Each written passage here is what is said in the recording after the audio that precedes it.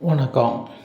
சிறகடிக்க ஆசை சீரியலில் இனி என்ன நடக்க போகுது அப்படின்னு தான் பார்க்க போகிறோம். இங்கே விஜயா பார்வதி வீட்டுக்கு வராங்க. வந்த உடனே ரொம்பவே மூட் அவுட்டாக இருக்காங்க.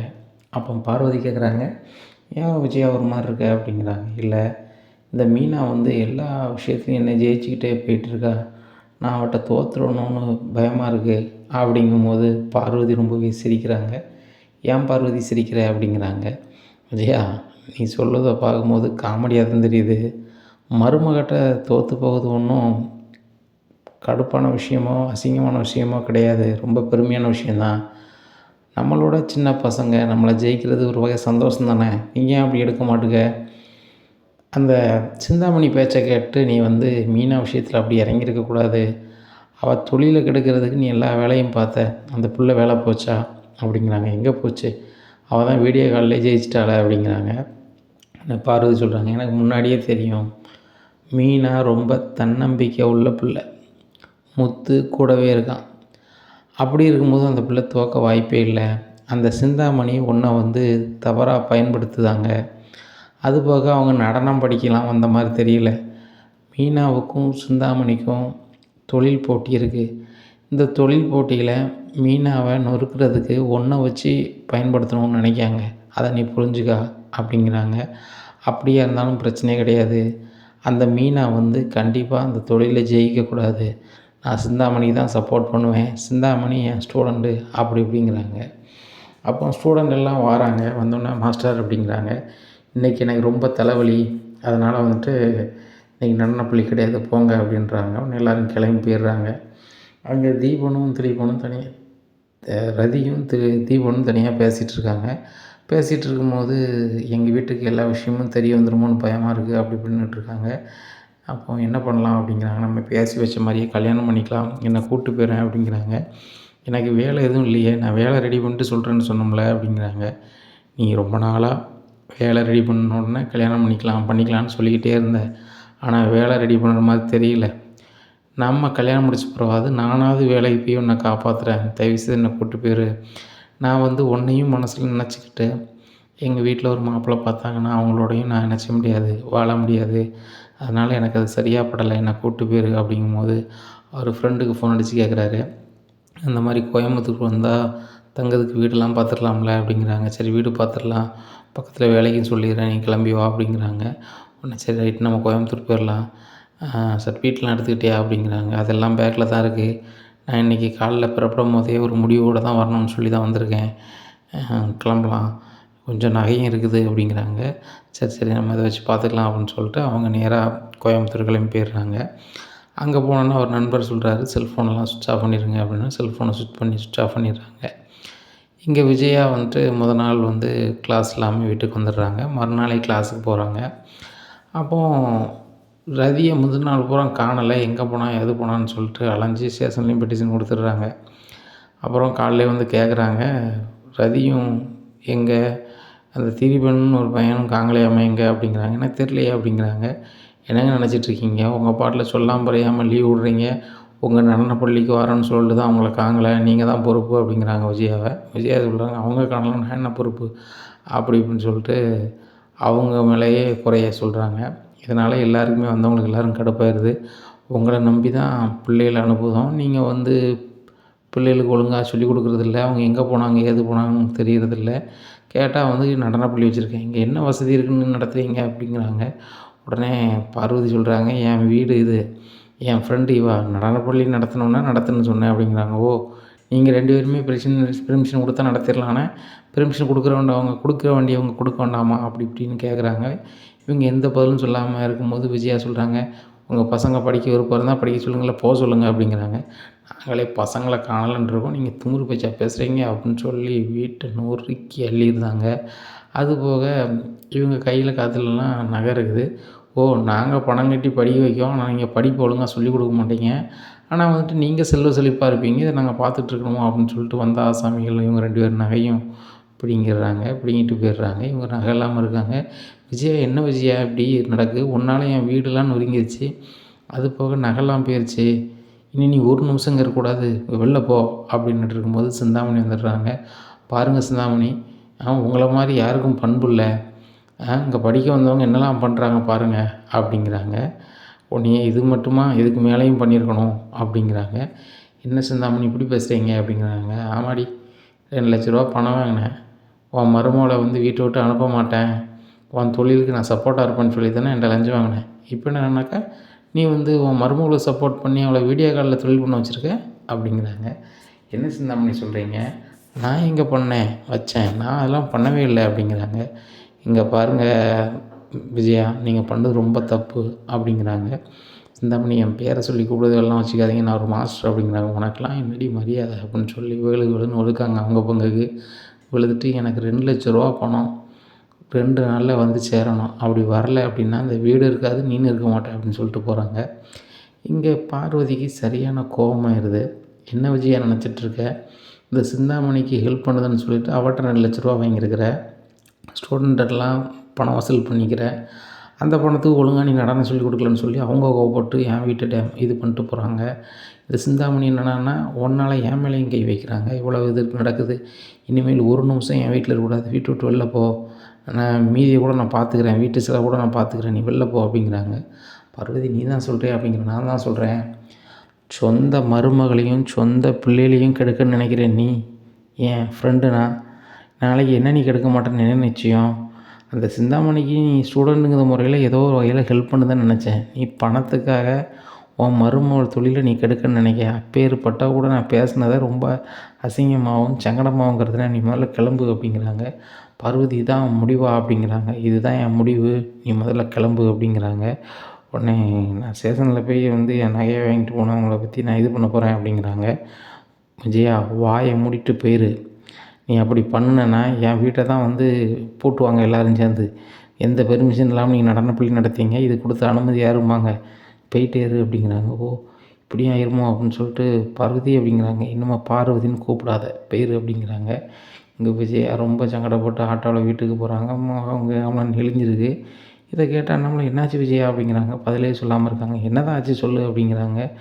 மீன் அதை பார்த்துட்டு அதான் என்னாச்சு அப்படிங்கிறாங்க. நடிக்காதடி, நான் இந்த மாதிரி வரணும்னு நினச்சேன், இப்போ நான் அப்படி வந்துட்டேன், என் நகையெல்லாம் போச்சு, பாரு எப்படி இருக்கும் பாரு அப்படி இப்படிங்கிறாங்க.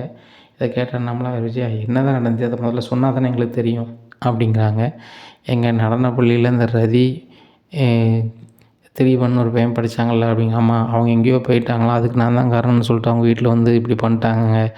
அதுபோக பார்வதி வீடு ரொம்ப நொறுங்கி போச்சு. பார்வதி என் வீட்டில் நீ நடனப்பள்ளி நடத்தக்கூடாது, எனக்கு உனக்கும் சம்மந்தம்னு சொல்லிட்டு அனுப்பிட்டா அப்படிங்கிறாங்க. இதை கேட்டால் அண்ணாமலை சொல்கிறாங்க, அப்படி தானே சொல்லுவாங்க, உன்னால் வந்து இன்னொரு ஆளுக்கு ஒரி வந்துச்சுன்னா அவங்க எவ்வளோ தான் தாங்கிப்பாங்க. பார்வதியும் ரொம்ப அப்புறாணி ஆள், எவ்வளோ பொறுத்துக்கிட முடியுமோ அவ்வளோ பொறுத்துட்டாங்க. இனிமேல் போட்டு உனக்கு அந்த நடனப்பள்ளியும் வேண்டாம், ஒன்றும் வேண்டாம், சதனா மீறு. இப்போ நகை போனதுக்கு நம்ம ஒரு பெட்டிஷன் கொடுப்போம் அப்படிங்கிறாங்க. இல்லைங்க, பெட்டிஷன் கொடுத்தா நான் பெர்மிஷன் வாங்காமல் நடத்தினதுங்கிறதுனால நடத்தினேன் அப்படின்னா என் மேலே ஏதாவது பண்ணுவாங்களோ அப்படிங்கிறாங்க. அண்ணாமலை சொல்கிறாங்க, ஆமாம் பண்ண தான் செய்வாங்க அப்படிங்கிறாங்க. இதை கேட்ட விஜயா இல்லைங்க, நகை போனால் போயிட்டு போட்டோம், நான் எதுவும் பெட்டிஷன் கொடுக்க போகிறதில்ல அப்படின்னு சொல்லிட்டு ரூமில் இருக்காங்க.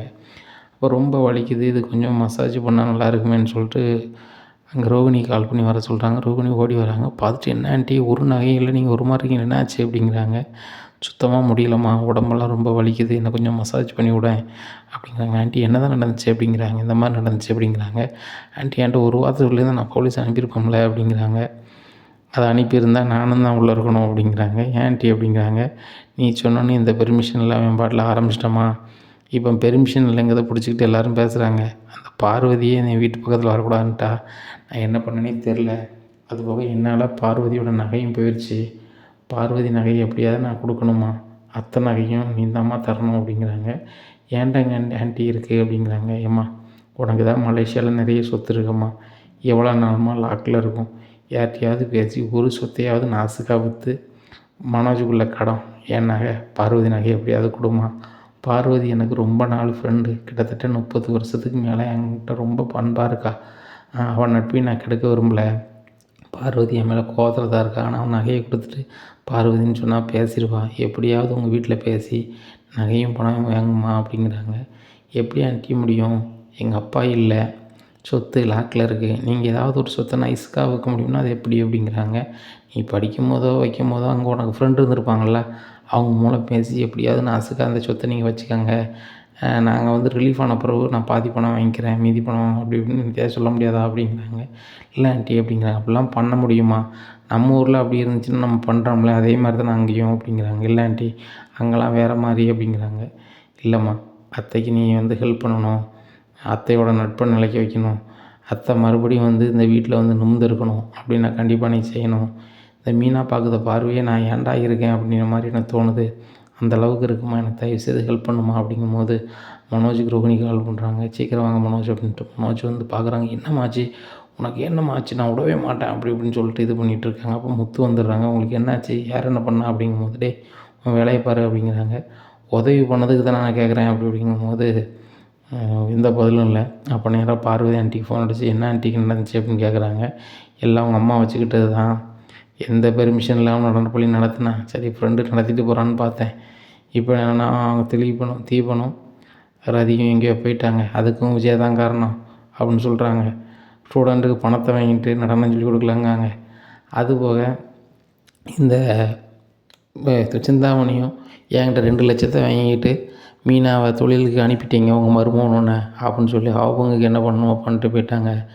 இப்போ என் வீட்டில் இருக்க எனக்கு பயமாக இருக்குது. என் வீடே நொறுங்கி போச்சு முத்து. கிட்டத்தட்ட என் வீட்டை நான் செலவு பண்ணால் இன்னொரு 5 லட்ச ரூபா வேணும். என் நகை ஒரு 10-15 லட்ச ரூபா நகை போயிடுச்சு. நான் என்ன பண்ண போகிறேன்னே தெரில. உங்கள் அம்மா நகையும் போயிடுச்சு அப்படிங்கிறாங்க.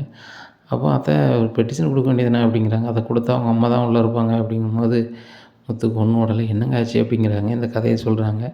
சொன்னோன்னா அண்ணாமலையும் மீனாவும் ரொம்ப ஃபீல் பண்ணுறாங்க.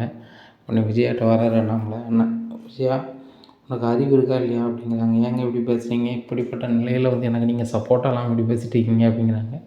நீ பண்ணது எல்லாமே தப்பு, ஃபஸ்ட்லேருந்து கடைசி வரைக்கும் தப்பு தான். நீ நடனப்பள்ளி ஆரம்பிக்கணுங்கும் போது பெர்மிஷன் வாங்கி பண்ணியிருக்கணும். அதுபோக ஒரு பணம் வாங்கிட்டு ஒரு தொழில் சொல்லிக் கொடுக்கணும், ரொம்ப விசுவாசமாக சொல்லிக் கொடுக்கணும். அதுபோக சொந்த மருமகளை கெடுக்கிறதுக்கு இன்னொரு ஆள்கிட்ட பணத்தை வாங்கிட்டு வேலை பார்த்துருக்கேன். பிறகு உன் புத்திக்கு இப்படி தானே ஆகும். செஞ்சவனை வேற எங்கேயுமா போயிடும், அவங்களுக்கே தானே திரும்பும் அப்படிங்கிறாங்க. இதை கேட்ட விஜயா, இப்படி ஆயிடுச்சு, அந்த மீனா முன்னாடி இப்படி பேசிட்டாரு அப்படின்னு சொல்லி ரொம்ப கீழே இருக்காங்க. உடனே ரூம் அடைச்சிட்டு எல்லோரும் வெளில போங்க அப்படின்னு சொல்லிட்டு, உங்க பாரு ரோகிணி, எனக்கு ஒரே வழி இது தான். நம்ம ஏதாவது ஒரு பணத்தை ரெடி பண்ணி மலேசியா போகிறோம், போய் இருந்து உங்கள் சொத்தை ஒரு சொத்தை விற்கும், விற்றுட்டு அந்த பணத்தில் எனக்கு நகை, பார்வதிக்கு நகை, ஏன் மனோஜ் கடன் எல்லாத்தையும் அடைக்கும் அப்படிங்கிறாங்க. டேய் மனோஜ், உன்கிட்ட சொல்கிறது தான் என்ன, நீ எவ்வளவோ கடன்காரன் ஆகிட்ட, குறையும் கடன்காரன் ஆகு. நம்ம மலேசியா போகிறதுக்கு எவ்வளோடா செலவாகும் அப்படிங்கிறாங்க. என் ஃப்ரெண்டுகிட்ட கேட்டேன், மொட்டைக்கிட்ட. அவர் சொன்னார், ஒரு ஆளுக்கு 2 லட்சம், 6 லட்ச ரூபா போயிடலாம் அப்படிங்கிறாங்க. சரி ரைட்டு, 6 லட்ச ரூபாய்க்கு இந்த வீட்டைனாலும் நான் அடை வச்சுனாலும் தரேன் மனோஜ், நீ பணம் ரெடி பண்ணாட்டிலும் பரவாயில்லை அப்படிங்கிறாங்க. அப்படியாம்மா, அப்போ நம்ம என்ன கிளம்பிடலாம் அப்படிங்கிறாங்க. ரோகிணிக்கு ஒன்றும் உடலை. அங்கே மலேசியாவில் நம்மளுக்கு யாருமே தெரியாத, எதுவுமே இல்லையா, நம்ம எங்கே போகிறது, எப்படி இதை நான் சரி பண்ணுறது, ஒன்றும் புரியல. இப்போ கொஞ்சம் பணம் கிடச்சுன்னா நம்ம வந்து கண்டிப்பாக இதிலேருந்து இப்போதைக்கு ரிலீஃப் ஆகலாம் அப்படின்ட்டு நினச்சிட்டு ரூம் போட்டு வெளில வராங்க. வந்துட்டு அவசர அவசரமாக ஆட்டோ பிடிச்சி வெளியே கிளம்பி போகிறாங்க. பொண்ணம்மா என்னை மன்னிச்சிருமா அப்படின்னு சொல்லிட்டு காலில் விழுறாங்க. யார், ரோகிணியோட அம்மா காலில். ஏன் என் காலில் விழுற அப்படிங்கிறாங்க. நான் பண்ணதெல்லாம் தப்பு தாம்மா, ஒரு பொய்யை மறைக்க இன்னொரு பொய் சொன்னேன், அந்த பொய்யை மறைக்க இன்னொரு பொய் சொன்னேன், இப்படியே சொல்லிகிட்டு இருந்தேன், அதுவே என் வாழ்க்கை ஆகிட்டுமா. இப்போ வந்து நான் கடைசியாக நான் செஞ்ச தப்புக்கு ஒரே ஒரு பிரதிட்சம் செய்யணுமா அப்படிங்கிறாங்க. என்ன செய்ய போகிற அப்படிங்கிறாங்க. எங்கள் வீட்டில் மலேசியாவில் இருக்க சொத்தை விற்று கொஞ்சம் கடன் அடைங்கன்னு சொல்கிறாங்க. இப்போ எனக்கு என்ன செய்யணும்னு தெரில அப்படிங்கும்போது அவங்க அம்மா சொல்கிறாங்க, இப்போ என்னடி செய்ய போகிற, மலேசியாவில் உனக்கு எந்த சொத்து இருக்குதுன்னு சொல்லிட்டு வைக்க போகிற அப்படிங்கிறாங்க. இல்லைம்மா, சொத்து இல்லை, ஆனால் நம்ம கிராமத்தில் ஒரு வீடு இருக்கலாமா, அந்த வீடை பேசாமல் விற்றுடலாமா, கிறிஷுக்கு எனக்கு அப்புறம் அப்படின்னு சொல்லுவேன், ஆனால் எனக்கு ஒரு வழி தெரில அப்படின்னு சொல்லிட்டு அழுறாங்க. ரோகிணி அம்மா சொல்கிறாங்க, இருக்கிறதே அந்த வீடு மட்டும்தான்டி, அந்த ஊரில் நம்ம பிறந்து வளர்ந்ததுக்கு அது மட்டும்தான் இருக்குது, அதையும் கொடுக்கணும்னு சொல்கிறேடி அப்படிங்கிறாங்க. எனக்கு வேறு வழி தெரியலம்மா, அதை விற்கலாம்னா நான் கண்டிப்பாக மாட்டிப்பேன் அப்படிங்கிறாங்க. சரிடி, உனக்கும் கிறிஷுக்கும் வர வேண்டிய வீடு, சரி விற்றுக்கோ அப்படிங்கிறாங்க. உடனே சரிம்மா, உடனே யார்கிட்டையுமே வைக்கலாம் அப்படிங்கிறாங்க. பக்கத்து வீட்டுக்காரங்க வாங்குறேன்னு சொன்னாங்க, அவங்க ஃபோன் அடித்து கேட்குறேன் அப்படின்னு சொல்லிட்டு ஃபோன் அடித்து கேட்குறாங்க. இந்த மாதிரி வீடு வாங்கிக்கிறீங்களா அப்படிங்கிறாங்க. வாங்கிக்கிறேன் அப்படிங்கிறாங்க. சரி நாளைக்கு கிளம்பி வாங்க அப்படிங்கிறாங்க. சரிம்மா, நாளைக்கு பத்திரம் போட்டுரும் அப்படின்னு சொல்லி வீட்டுக்கு போகிறாங்க. வீட்டுக்கு போய்ட்டு காலையில் அங்கே விடிஞ்ச உடனே விஜயா வீட்டில் எதுவுமே சொல்லாமல் கிளம்பி கிராமத்துக்கு போயிடுறாங்க. அங்கே வீட்டை விற்றுட்டு ஒரு 15 லட்ச ரூபா பணத்தோட ரோகிணிங்க வராங்க. வரும்போதே விஜயாவுக்கும் பார்வதிக்கும் நகையை வாங்கிட்டு வராங்க. இனி என்ன நடக்கும் இந்த விஜயா வீட்டில் அப்படிங்கிறத பொறுத்திருந்து பார்க்கலாம். நம்ம சேனலை நீங்கள் மறக்காமல் லைக் அண்ட் சப்ஸ்கிரைப் பண்ணுங்கள். நன்றி, வணக்கம்.